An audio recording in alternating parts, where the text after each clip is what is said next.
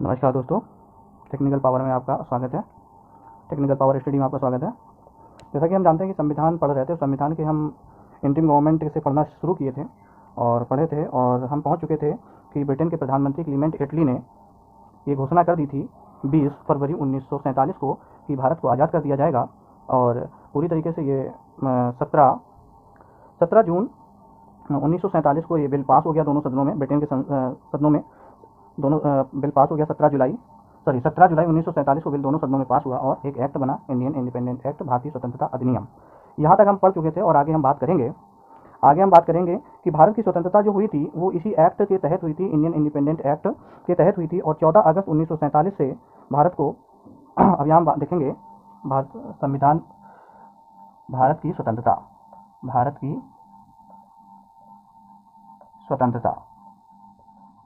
के बारे में पढ़ेंगे, भारत की स्वतंत्रता। और जैसा कि हम जानते हैं कि भारत की स्वतंत्रता की घोषणा 20 फरवरी 1947 को कर दी गई थी और 4 जुलाई 1947 को एक बिल लाया गया और 18 जुलाई 1947 में इस बिल को ब्रिटेन के दोनों सदनों में पास कर दिया गया। ठीक है ना, दोनों सदनों में पास हुआ और ये एक एक्ट बनना, इंडियन इंडिपेंडेंट एक्ट, भारतीय स्वतंत्रता अधिनियम। तो जैसा कि जानते हैं कि भारत की स्वतंत्रता इसी एक्ट के तहत, भारतीय स्वतंत्रता अधिनियम के तहत ही हुई थी। ठीक है ना। 14 अगस्त 1947 को भारत से पाकिस्तान को अलग कर दिया गया। 14 अगस्त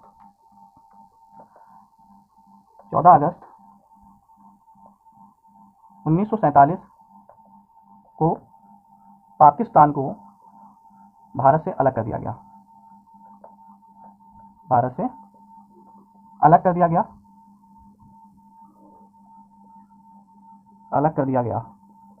ठीक है, 14 अगस्त 1947 को पाकिस्तान को भारत से अलग कर दिया गया और एक अलग करके इसे एक डोमेन स्टेट बना दिया गया। और इसे क्या बना दिया गया? एक डोमेन स्टेट बना दिया गया। पाकिस्तान को एक डोमेन स्टेट बना दिया गया।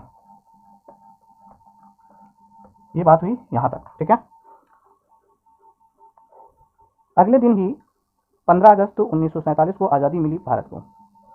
ठीक अगले दिन ही 15 अगस्त 1947 को भारत को आज़ादी मिली। भारत को आज़ादी मिल गई।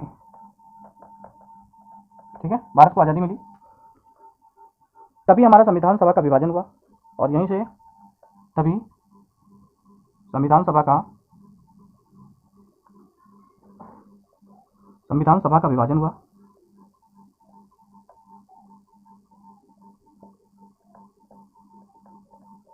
ठीक है दोस्तों, जब संविधान सभा का विभाजन हुआ तो जैसा कि हम जानते हैं कि पहले हमारे यहाँ 389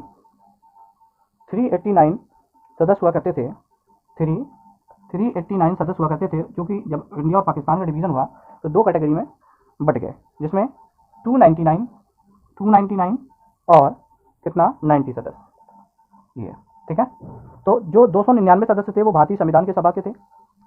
ये भारतीय संविधान सभा के थे, भारतीय संविधान सभा के थे। और ये पाकिस्तान संविधान सभा के थे, पाकिस्तान संविधान सभा में सम्मिलित हो गए। ठीक है ना, ये 389 टूटा और 299 भारतीय संविधान सभा में और 390 जो सदस्य थे वो पाकिस्तान संविधान सभा में सम्मिलित हो गया।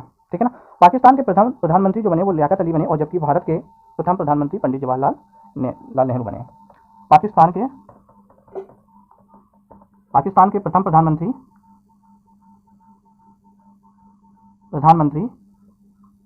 और भारत के प्रथम प्रधानमंत्री बने, ये कौन थे? ये लियाकत अली बने और ये बने लियाकत अली बने और ये पीटी नेहरू, पंडित जवाहरलाल नेहरू, ये पीटी नेहरू बने। बात जब यहाँ तक हुई, प्रधानमंत्री भी बन गए और दोनों देशों के, तो 29 अगस्त 1947 में हमारी संविधान सभा कॉन्स्टिट्यूएंट असेंबली द्वारा संविधान का एक ड्राफ्ट तैयार किया गया, जिसे हम drafting committee of Indian constitution कहा।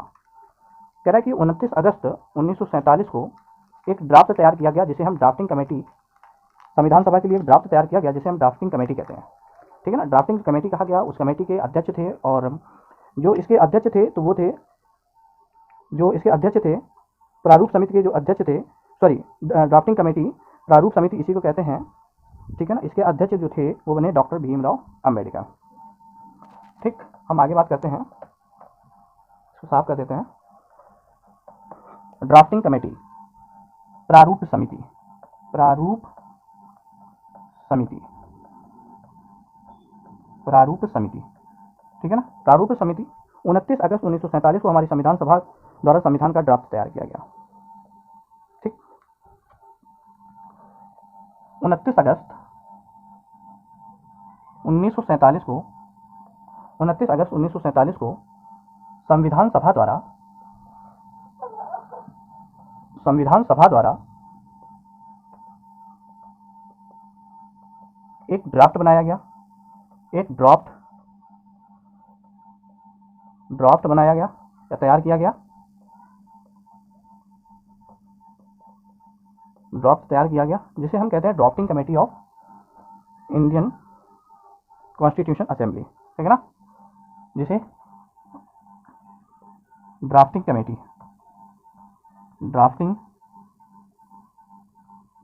कहा गया, ठीक है। प्रारूप समिति की, भारतीय संविधान सभा की प्रारूप समिति का गठन, ठीक है, गठन हुआ 29 अगस्त 1947 को भारतीय संविधान की प्रारूप समिति का गठन हुआ, जिसमें 7 सदस्य थे। प्रारूप समिति में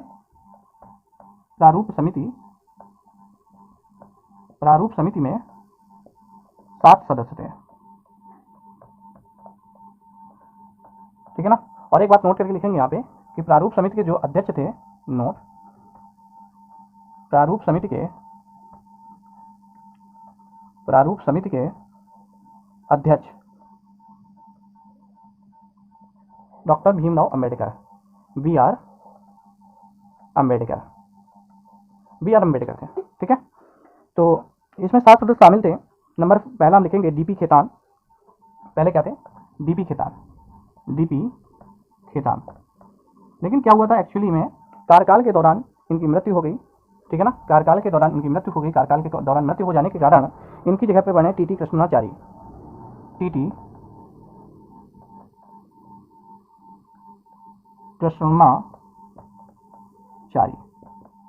है ना। टीटी कृष्णाचारी बने। और दूसरे हम देखेंगे, दूसरे जो बनते हैं इसके अध्यक्ष, वो बनते हैं वीएल मित्रा। क्या बनते हैं? वीएल मित्रा। लेकिन इन्होंने क्या किया था, कार्यकाल के दौरान इन्होंने इस्तीफा दे दिया था। तो इस्तीफा दे जाने के कारण इनकी जगह पे बने एमएन राव। कौन बने? माधव राव, ठीक है ना, माधव राव, ठीक है, माधव राव बने। और तीसरे के एम मुंशी बने। और चौथे जो थे, चौथे बने मोहम्मद सादुल्लाह,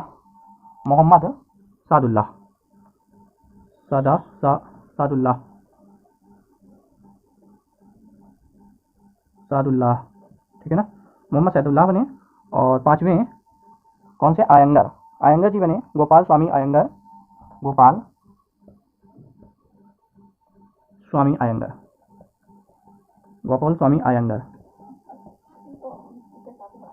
और छठवें जो बने, छठवें कौन है? कृष्ण स्वामी अयंगर, कृष्ण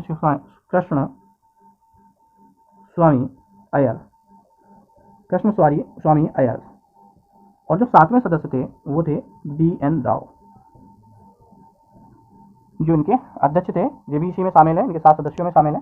तो दोस्तों अभी हमने देखा कि प्रारूप समिति का जो गठन हुआ था वो 29 अगस्त 1947 को हुई थी, जिसके अध्यक्ष भीमराव अम्बेडकर थे। और इसके लिए एक ड्राफ्ट तैयार किया गया था, जिसे हम ड्राफ्टिंग कमेटी कहते हैं। भारतीय संविधान की प्रारूप समिति का गठन 29 अगस्त 1947 हुआ। प्रारूप समिति में 7 सदस्य हुआ करते थे। 7 सदस्य में पहले सदस्य थे डीपी खेतान, और दूसरे सदस्य वीएल मित्रा हैं, और तीसरे के एम मुंशी, और चौथे मोहम्मद सादुल्लाह, और पांचवें गोपाल स्वामी अयंगर, और छठवें कृष्ण स्वामी अय्यर, और सातवें BN राव जो इनके अध्यक्ष थे, उनको भी भीमराव अंबेडकर को, ये जो इनके अध्यक्ष थे, उनको भी इसी सूची में शामिल किया गया है। ठीक है, इसमें कोई दिक्कत है? नहीं है। ठीक है, लेकिन एक बात याद रखेंगे कि डीपी खेतान की कार्यकाल के दौरान मृत्यु हो गई थी, तो उनकी जगह पे लिया था टीटी कृष्णाचारी ने, और वीएल मित्रा ने अपने कार्यकाल के दौरान इस्तीफा दे दिया था, और जिसकी जगह पे बने थे माधव राव। ठीक है, तो बात करेंगे आगे कि संविधान का पिता किसे कहा जाता है। एक बात और नोट करके लिखेंगे कि संविधान का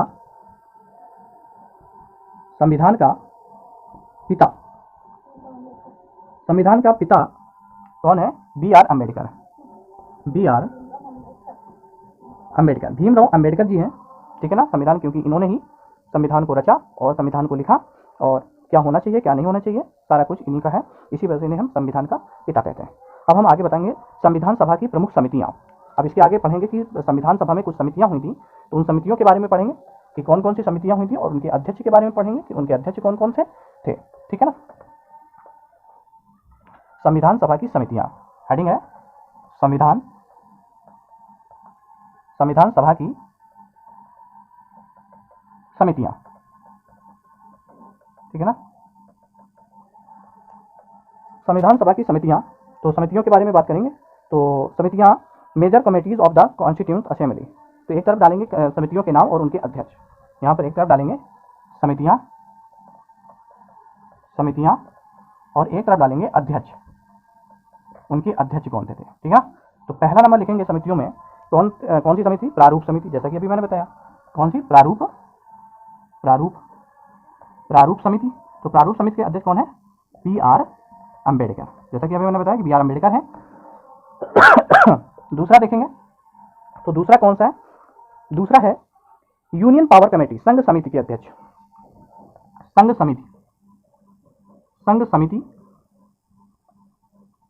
समिति के अध्यक्ष हैं पीटी नेहरू, ठीक है। तीसरे की बात करेंगे, तो तीसरे कौन से हैं? संघ संविधान समिति।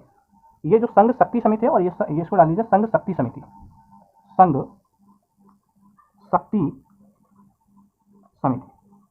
ठीक है ना, संघ शक्ति समिति। और इसे लिखेंगे संघ संविधान समिति के अध्यक्ष पीटी नेहरू। ये भी पीटी नेहरू हैं इनके, याद रखेंगे, संघ है दोनों में, तो संघ से पीटी नेहरू। बात आती है चौथे नंबर की जो समिति थी, तो वो कौन सी थी? चौथे नंबर में प्रांतीय संविधान समिति। प्रांतीय संविधान समिति के जो अध्यक्ष थे वो कौन थे? वो सरदार वल्लभ भाई पटेल थे। कौन? सरदार वल्लभ भाई पटेल थे। और पांचवी देखेंगे, पांचवी क्या है? मूल अधिकार पर सलाह की समिति। मूल अधिकार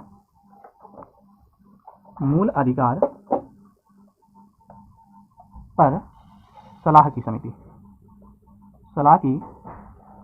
समिति। तो इसके भी अध्यक्ष जो थे वो थे सरदार वल्लभ भाई पटेल, ठीक है ना, यही लिख देंगे, सरदार वल्लभ भाई पटेल थे। छठवीं जो समिति थी वो अल्पसंख्यक समिति थी।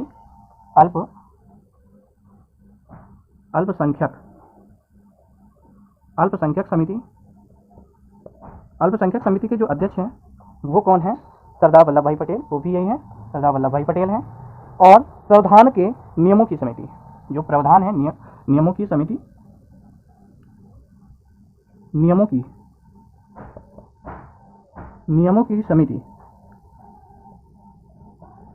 समिति के जो अध्यक्ष हैं वो डॉक्टर राजेंद्र प्रसाद हैं। राजेंद्र प्रसाद जी हैं। अब हम बात करेंगे आठवीं जो समिति है वो राज्य समिति है। कौन सी? राज्य समिति। तो राज्य समिति के जो अध्यक्ष हैं वो है पीटी नेहरू, ठीक है ना, पीटी नेहरू जो राज्य समिति के अध्यक्ष हैं। और आगे हम 9वीं की बात करेंगे, राष्ट्रीय झंडा समिति, ठीक है। राष्ट्रीय झंडा समिति के राष्ट्रीय झंडा समिति, ठीक है। राष्ट्रीय झंडा समिति के दो अध्यक्ष हुए, एक स्थायी अध्यक्ष और एक अस्थायी अध्यक्ष। स्थायी और अस्थायी। स्थायी में लिखेंगे, स्थायी में कौन से अध्यक्ष होंगे? जेबी कृपलानी।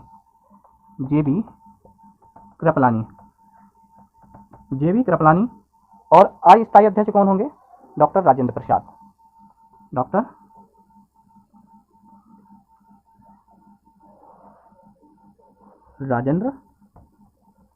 प्रसाद जी जो हैं वो अस्थायी अध्यक्ष हैं। आगे हम बात करेंगे संविधान सभा के कार्यक्रम की समिति। संविधान में जो कार्यक्रम होते हैं उनकी समिति के अध्यक्ष कौन होंगे? संविधान सभा में कार्यक्रम की समिति, संविधान सभा में कार्यक्रम की समिति के जो अध्यक्ष हैं वो है पट्टाभी सीतारमैया,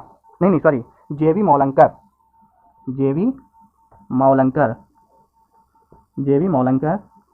और हम 11वें नंबर की बात करेंगे। 11वें नंबर में है गृह समिति। गृह समिति के अध्यक्ष पट्टाभी सीतारमैया, ठीक है ना, पट्टाभी सीतारमैया है। और 12वीं जो समिति है, 12वीं भाषा समिति,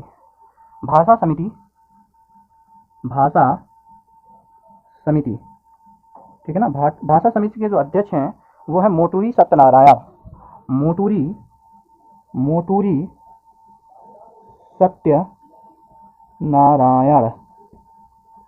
सत्यनारायण। और 13वें नंबर की बात करेंगे व्यापार का क्रम समिति। 13वें नंबर की बात करेंगे व्यापार के क्रम की समिति के जो अध्यक्ष हैं वो कौन हैं? के.एम. मुंशी जी हैं, ठीक है ना। तो ये हुए आपके संविधान सभा के समितियों के अध्यक्ष, ठीक है। ये संविधान सभा के समितियों के अध्यक्ष हुए। तो कितने? 13 समितियां हो गई आपकी। तो 13 समितियां, ये मेन इंपॉर्टेंट समितियां हैं। इनके अध्यक्ष और समितियों को याद रखिएगा। प्रारूप समिति के अध्यक्ष डॉक्टर भीमराव अंबेडकर जी हैं, क्योंकि इन्होंने ही प्रारूप समिति का गठन किया था।